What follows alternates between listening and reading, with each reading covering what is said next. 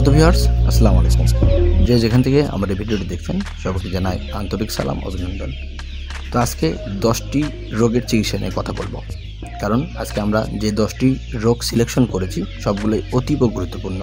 কারণ অধিকাংশ খামারি রয়েছেন যারা সঠিক চিকিৎসার অভাবে তাদের খামারে এগোতে পারতেছেন না, বা দেখা যাচ্ছে যে ওষুধ অনেকগুলো টাকার ওষুধ ব্যবহার করে ফেলছেন, তারপরও সেই রোগ থেকে আরোগ্য পাচ্ছেন না।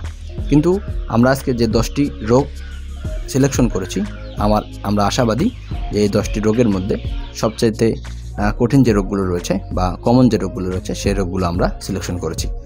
তো প্রথমে যে রোগটা রেখেছি সেটা হচ্ছে নাভি শুকানো, বাচ্চার নাভি শুকানো। এটা মূলত দেখা যায় যে ব্রুডিং পিরিয়ডে অনেক বাচ্চা বা অনেক খামারি রয়েছে যারা এই ব্রুডিং পিরিয়ডে যে মুরগির নাভি শুকানোর যে ওষুধ ব্যবহার করতে হয় এটা অনেকেই করেন না। এটার ফলে দেখা যায় যে মুরগিটার নাভি কাছে থাকে, বাচ্চা ব্রুডিং অবস্থায় কিন্তু অনেক বাচ্চা মারা যায়। যখন আপনার মুরগির মর্টালিটির হারটা বেড়ে যাবে তখন দেখা যাবে যে আপনার খামারে লাভের অংশটাও কিন্তু কমিয়ে আসবে। প্রথম অবস্থায় আপনার মর্টালিটিটা বেড়ে যাবে। সেক্ষেত্রে আপনাকে নাভি শুকানোর জন্য আপনারা কিন্তু কসমিক প্লাস অথবা অ্যালকোপি, এই দুইটা ওষুধের মধ্যে যে কোনো একটা ওষুধ আপনি ব্যবহার করতে পারেন। তো ওষুধের নামটা আরেকবার বলতেছি, সেটা হচ্ছে কসমিক প্লাস অথবা স্যালকোপি। এটা ব্যবহার করতে হবে 3 দিন। পানির সঙ্গে 1 লিটার পানিতে 1 গ্রাম করে ওষুধ কিন্তু আপনারা অনায়াসে ব্যবহার করতে পারেন। তো দ্বিতীয়তে আমরা যে রোগটা রেখেছি সেটা হচ্ছে ফাউল পক্স বা গুটি বসন্ত। এটা কিন্তু একটা মারাত্মক একটা রোগ। দেখা যায় যে ফাউল পক্স বা গুটি বসন্ত হয়ে কিন্তু মুরগি মারা যায় না। অনেকেই বলে থাকেন যে মুরগি মারা যায়, কিন্তু বড় মুরগির ক্ষেত্রে এটা কিন্তু মারা যায় না। কিন্তু ছোট মুরগির ক্ষেত্রে দেখা যায় যে 1 মাস অথবা 1 মাসের একটু বেশি সেই মুরগিগুলো কিন্তু মারা যাওয়ার আশঙ্কা 30% থাকে, এবং বড় মুরগির ক্ষেত্রে 5% থাকে মৃত্যুর হার। সেক্ষেত্রে যদি আপনার মুরগিকে গুটি বসন্ত হয়ে যায় সেক্ষেত্রে ঘাবড়ানোর কোনো কারণ নেই। আমরা স্পেসিফিক যে ওষুধটা কাজ করে সেই ওষুধটা সমাধান দিচ্ছি। সেটা হচ্ছে আপনাকে প্রথমে পটাশ বা চুন, এই দুইটা একটু পানি নিয়ে সেটা একটা পেস্ট তৈরি করে সেটা মুরগির যে ক্ষত স্থানগুলো রয়েছে, এটা মূলত মুরগির লোমবিহীন যে জায়গাগুলো রয়েছে, নাক, তারপরে আপনার পায়ের পাখার নিচে এবং কানের লতি, এগুলো জায়গাতে কিন্তু এই ফাউল পক্স বা গুটি বসন্ত হয়ে থাকে।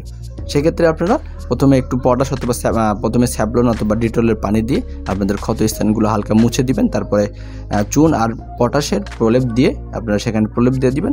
এবং এটার জন্য কোনো স্পেসিফিক কোনো অ্যান্টিবায়োটিক নাই। আপনারা যে কোনো ধরনের একটা অ্যান্টিবায়োটিক পার্শ্ব প্রতিক্রিয়া হিসেবে ব্যবহার করতে পারেন। যেমন আপনি রিনামাইসিন ব্যবহার করতে পারেন, প্রিফ্লক্স বেড ব্যবহার করতে পারেন, এবং যদি গায়ে আপনার জ্বর থাকে সেক্ষেত্রে কিন্তু আপনাকে অবশ্যই ফার্স্ট বেড ব্যবহার করতে হবে। এটা গেল ফাউল পক্স এবং গুটি বসন্তর একেবারে স্পেসিফিক যে ওষুধটা কাজ করে সেটার কথা আমরা বলে দিলাম। তো 3 নম্বরে আমরা যেটা রেখেছি সেটা হচ্ছে উকুন। তো উকুন হলে আপনারা কি করবেন? তো অনেকেই উকুনের সঙ্গে পরিচিত না, অনেকে আবার পরিচিত।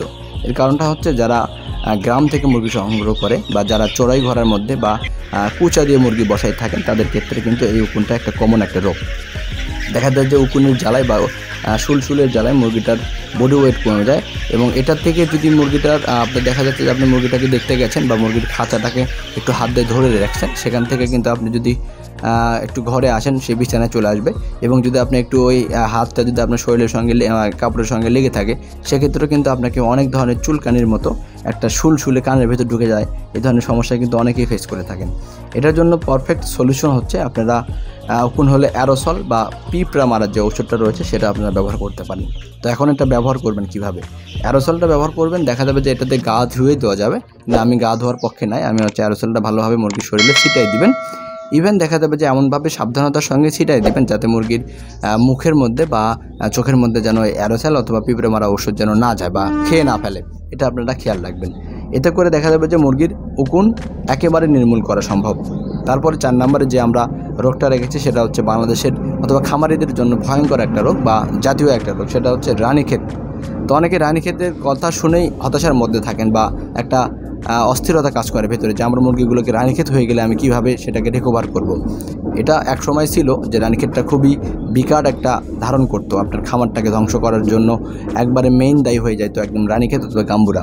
কিন্তু এই সময়তে বা আরও একটু অনেক আগে থেকে আমরা কিন্তু বৈজ্ঞানিক পদ্ধতিতে অনেকগুলো চিকিৎসা পেয়েছি, যেগুলোর দ্বারা রানীক্ষেতের মতো রানীক্ষেত এবং এর চাইতে যে ভয়াবহ রোগও যদি থাকে সেটাকে নির্মূল করা সম্ভব, শুধু একটু পরিচর্যা বা আপনার একটু কেয়ারের মাধ্যমে। তো রানীক্ষেত হয়ে গেলে আপনারা কি করতে পারেন? তো রানীক্ষেতের প্রথমে সিমটমটা বলি। আপনার মুরগিটার চুনা পায়খানা করবে, সাথে সবুজ পায়খানা করবে এবং ঘাটটা নিচ দিকে নেমে দিবে এবং পাখা ছেড়ে দিবে, মাথা মাটির সঙ্গে লাগিয়ে দিবে। এটা হচ্ছে কমন একটা সিমটম। তারপরেও আরেকটা সিমটম রয়েছে, সেটা হচ্ছে আপনার মুরগির মলদ্বারে দেখা যাবে যে মুরগির মলদ্বারের আশেপাশে যে লোমগুলো থাকে সেখানে দেখবেন চুনের মতো লেগে থাকবে। ইভেন মুরগির লেজটা নিচ দিকে বাঁকা হয়ে যাবে এবং মাথাটা নিচ দিকে মাটির সঙ্গে দিয়ে থাকবে। এটাও কিন্তু রানীক্ষেতের একবারে উল্লেখযোগ্য একটা সিমটম। যখন দেখবেন এই সমস্যাগুলো আপনার সেটের মধ্যে বা আপনার মুরগিকে অবজার্ভ করতে পারতেছেন, তখন আপনি সঙ্গে সঙ্গে আপনি সেই মুরগিটাকে আলাদা করে রাখবেন যদি সম্ভব হয়। তারপরে সেটা করবেন, আপনার মুরগিটাকের জন্য পেক্সাসিন নামে যে ওষুধ বললাম সেই ওষুধটা আপনি ব্যবহার করতে পারেন। তো এটা পেক্সাসিনটা আমি কেন বললাম, আমি কিন্তু নিজে ব্যবহার করেছি এই পেক্সাসিন, অনেকেই খামারিরা ব্যবহার করতে পারেন। কিন্তু পেক্সাসিনটার পরিবর্তে কিন্তু অনেক ধরনের অ্যান্টিবায়োটিক আপনি ব্যবহার করতে পারেন। যেমন আপনি সিপ্রোসল, সিপ্রোফ্লক্সাসিন, অ্যামোক্সাসিলিন, টক্সিন এই ধরনের গ্রুপের কিন্তু ওষুধ ব্যবহার করতে পারেন। কিন্তু দ্রুত কাজ করার জন্য আপনারা কিন্তু পেক্সাসিন ব্যবহার করতে পারেন। তো অনেকেই এখন প্রশ্ন রাখতে পারেন যে ভাই আমাদের রানীক্ষেত হয়ে যাওয়ার পরে মুরগি কিন্তু মারা যায়, অনেকে বুঝতে পারে না যে রানীক্ষেতটা হয়েছে, অনেকে ভাবে যে ঠান্ডা হয়েছে, ঠান্ডা। কিন্তু ঠান্ডাটাকে কিন্তু রিকভার না করতে পারার কারণে তাদের মুরগিগুলোকে রানীক্ষেত আক্রান্ত করে ফেলেছে। এক্ষেত্রে যদি রানীক্ষেতের ট্রিটমেন্টটা সঠিকভাবে না করা হয় বা ঠান্ডা ট্রিটমেন্টটা যদি প্রথম অবস্থায় না করা হয়, দেখা যাবে যে মুরগিটার মর্টালিটি কিন্তু বেড়ে যাবে। এক্ষেত্রে আপনি কী করতে পারেন, সেক্ষেত্রে শুধু পেক্সাসিন দিয়ে আপনার কাজ হবে না। পেক্সাসিনের সঙ্গে আপনার সিপ্রোসলটেন, সিপ্রোসিন, সিপ্রোএভেট এই ধরনের ওষুধ কিন্তু আপনি ব্যবহার করতে হবে কার্যকরী সমাধান পাওয়ার জন্য। তাহলে দেখা যাবে যে মুরগির মর্টালিটিটা কমে যাবে। এবং রানীক্ষেতের জন্য পারফেক্ট সমাধান হচ্ছে আপনার পেক্সাসিন ব্যবহার করা, এবং মর্টালিটির হার বাড়ে থাকলে আপনাকে পেক্সাসিনের সঙ্গে সিপ্রোএভেট, সিপ্রোসলটেন এই ধরনের ওষুধ কিন্তু ব্যবহার করতে পারেন। তো 5 নম্বরে আমরা যেটা রেখেছি সেটা হচ্ছে একটা কমন রোগ, সেটা হচ্ছে মুরগির পালক পুড়ে যাওয়া, মুরগির খাবারে অরুচি হওয়া, অনীহা প্রকাশ করা। এই ধরনের সমস্যার জন্য আপনারা কী করতে পারেন, এই ধরনের সমস্যার জন্য আপনারা অনায়াসে যে কোনো একটা জিঙ্ক ব্যবহার করতে পারেন। তো জিঙ্কের কাজটা হচ্ছে মুরগির রুচি বাড়াবে, মুরগির লোম, ঝরে যাওয়া লোমকে গজাতে সাহায্য করবে, মুরগিটা সবসময় চাঞ্চল্য এবং চকচকে দেখতে মনে হবে। এবং 6 নম্বরে আমরা যে রোগটা রেখেছি সেটাও একটা কমন রোগ, সেটা হচ্ছে মুরগির ফাউল কলেরা। তো অনেকেই এই ফাউল কলেরার সঙ্গে পরিচিত না, কারণ ফাউল কলেরার চিকিৎসা অনেকেই জানেন না, বা ফাউল কলেরা রোগটা কীভাবে নির্ণয় করবেন এটাও জানেন না। ফাউল কলেরাটা হচ্ছে মুরগির পানিবাহিত রোগ। এক কথায় যদি আমরা বলি, মুরগির পানিবাহিত রোগ। অনেকে দেখেন পায়খানার সঙ্গে শুধু পানির মতো পায়খানা করতেছে, অথবা পায়খানার সঙ্গে 2-1টা মল পাওয়া যাচ্ছে, পুরোটাই পানি পাওয়া যাচ্ছে। এটাও কিন্তু ফাউল কলেরার একটা লক্ষণ। এবং ফাউল কলেরার আরও কিছু লক্ষণ রয়েছে, যেমন আপনার মুরগির পাখনা বড় হয়ে যাবে, পায়খানা সবুজের মতো হবে এবং পায়খানাটা খুবই দুর্গন্ধযুক্ত হবে এবং পাখা ঝুলে যাবে। এক কথায় মুরগি যখন দেখবেন পায়খানাটা দুর্গন্ধযুক্ত এবং মুরগিটার পাখা বড় হয়ে যাবে, ঝুলে যাবে, এই ধরনের সমস্যা হলে কিন্তু আপনাকে অবশ্যই মাথায় রাখতে হবে যে আপনার মুরগিটার ফাউল কলেরা হয়েছে। এবং ফাউল কলেরার জন্য আপনারা স্পেসিফিক যে ওষুধ ব্যবহার করতে পারেন সেটা হচ্ছে ESD30। এটা হচ্ছে খুবই কার্যকরী ওষুধ। যদি আপনারা ফার্মেসিতে ESD30 যদি না পান, তাহলে আপনারা কিন্তু টাইলোভেট ব্যবহার করতে পারেন। টাইলোভেটটাও খুবই একটা গুরুত্বপূর্ণ এক ওষুধ, যেটা ফাউল কলেরা বা কলেরা জনিত পানিবাহিত রোগের জন্য কিন্তু খুব ভালো কাজ করে। 7 নম্বরে আমরা যে রেখেছি সেটা হচ্ছে মুরগির চোখ মুখ ফুলে যাওয়া।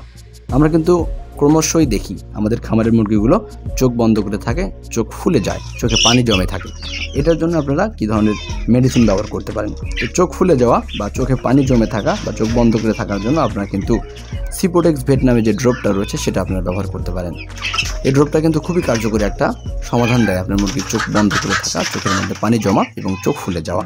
এটা প্রথমে একটা স্যাভলন অথবা ডিটলের পানি দিয়ে আপনার মুরগিটা চোখটা পরিষ্কার করে দিবেন। দ্বিতীয়ত আপনারা দিনে 2 বার অথবা 3 বার 1 ফোঁটা করে 2 চোখে আপনারা কিন্তু সিপোটেক্স ভেট এই ড্রপটা কিন্তু ব্যবহার করতে পারেন। দেখা যাবে যে এতে করে আপনার মুরগিগুলো খুবই দ্রুত চোখ বন্ধ থাকা, চোখের মধ্যে ময়লা জমে থাকা, চোখ ফুলে যাওয়া, এটা মূলত হয়ে থাকে মুরগির পা দিয়ে চোখটাকে চুলকানোর কারণে অথবা মুরগির লিটার চোখের মধ্যে যাওয়ার কারণে এই সমস্যাটা মূলত হয়ে থাকে। তো 8 নম্বরে আমরা যে রোগটা রেখেছি সেটা হচ্ছে আরও কমন রোগ, সেটা হচ্ছে ব্রুডিং পিরিয়ডে অনেকেই ফলো করে থাকেন, সেটা হচ্ছে বাচ্চা প্যারালাইজ। তো এটা কেন হয়ে থাকে? এটা মূলত হয় 2টা কারণে। প্রথমটা কারণটা হচ্ছে বাচ্চাটা জন্মগতভাবে প্যারালাইজ হতে পারে, অথবা বাচ্চাটা কোনো পেপারের ওপর অথবা আপনি ব্রুডিং পিরিয়ডে পেপারের ওপর রাখছিলেন, সেটার কারণে পা ফেকরে গিয়ে সেখান থেকেও কিন্তু বাচ্চার প্যারালাইসিস হইতে পারে। এক্ষেত্রে আপনারা রেনা সি অথবা যে কোনো ধরনের একটা মাল্টিভিটামিন আপনারা ব্যবহার করতে পারেন, অথবা সুতা দিয়ে বেঁধে দিয়ে পাটাকে কিন্তু ঠিক করে নিতে পারেন। তো 8 নম্বরে আমরা যেটা রেখেছি সেটা হচ্ছে কৃমিনাশক। তো কৃমিনাশকটা আপনারা অনেকেই করেন না। এই কৃমির ক্ষেত্রে কিন্তু মুরগির বডি ওয়েট লস হয়ে যায়, মুরগি বিভিন্ন ধরনের মাল্টিভিটামিন, ক্যালসিয়াম দিল খাওয়ান, তারপরে দেখা যাচ্ছে মুরগিটা সারতেছে না। এটার জন্য কিন্তু একমাত্র দায়ী কৃমি। সেজন্য প্রতি 2 মাস পর পর আপনাকে কিন্তু আপনার মুরগিগুলোকে কৃমিমুক্ত করতে হবে। তো কৃমিমুক্ত করার জন্য আপনার পারফেক্ট ঔষধ হচ্ছে এভিনেক্স ভেট। আমরা 10 নম্বরে যে রোগটা রেখেছি সেটা হচ্ছে অনেক গুরুত্বপূর্ণ, অনেকেই বলে থাকেন যে মুরগি প্রাপ্তবয়স্ক হওয়ার পরও ডিম দিচ্ছে না বা মুরগির ডিমের পরিমাণটা কম পাচ্ছি। এটার কারণটা কি? এটার কারণটা হচ্ছে আপনার মুরগির শরীরে পর্যাপ্ত পরিমাণ ক্যালসিয়াম এবং মাল্টিভিটামিন নাই। এটার জন্য আপনি কী করতে পারেন? এটার জন্য আপনারা একটা ভালো মানের ক্যালসিয়াম, একটা মাল্টিভিটামিন এবং সেল দিতে পারেন।